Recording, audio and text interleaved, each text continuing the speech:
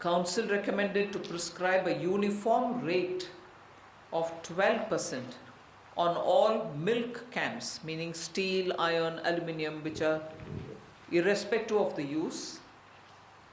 They are called milk cans, but wherever they are used, that will be the rate applicable, so that no disputes arise out of it.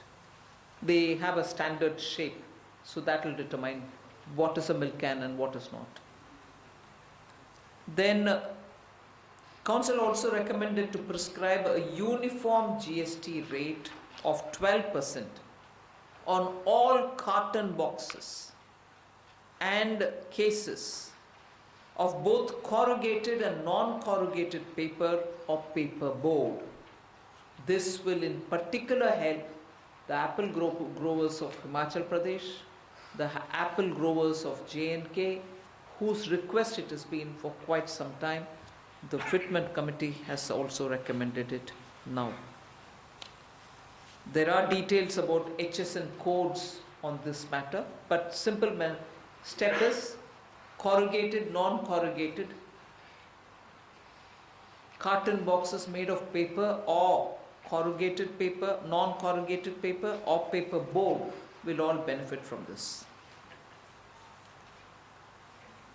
Council also has clarified and recommended that the clarification be put out on that all types of sprinklers, including fire water sprinklers, will attract 12% GST, and to regularize the past practice on an as-is whereas basis.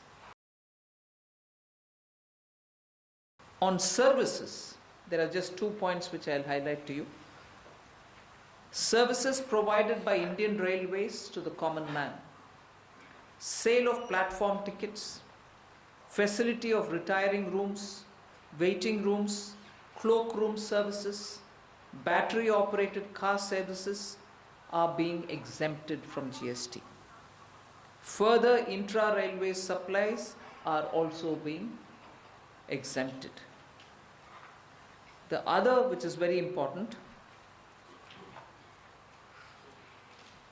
service by way of hostel accommodation is presently not exempt, which are being provided for students if they are outside of educational institutions. Am I right? If they are within an educational institution, they are already exempt. Please let there be clarity. Hostels which are for students which are within a resident, which are within an educational institutions are already exempt. Now, hostels which are for students but outside of an educational institutions are also getting exempt. But listen to this, please.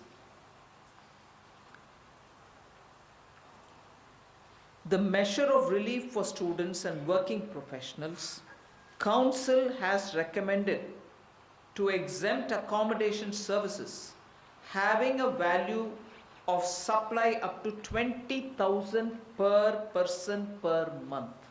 So it can be hostels run by Samaj, so that poor people belonging to their Samaj come there, stay there for 20,000 rupees per person per month. They will not be worried about GST at all.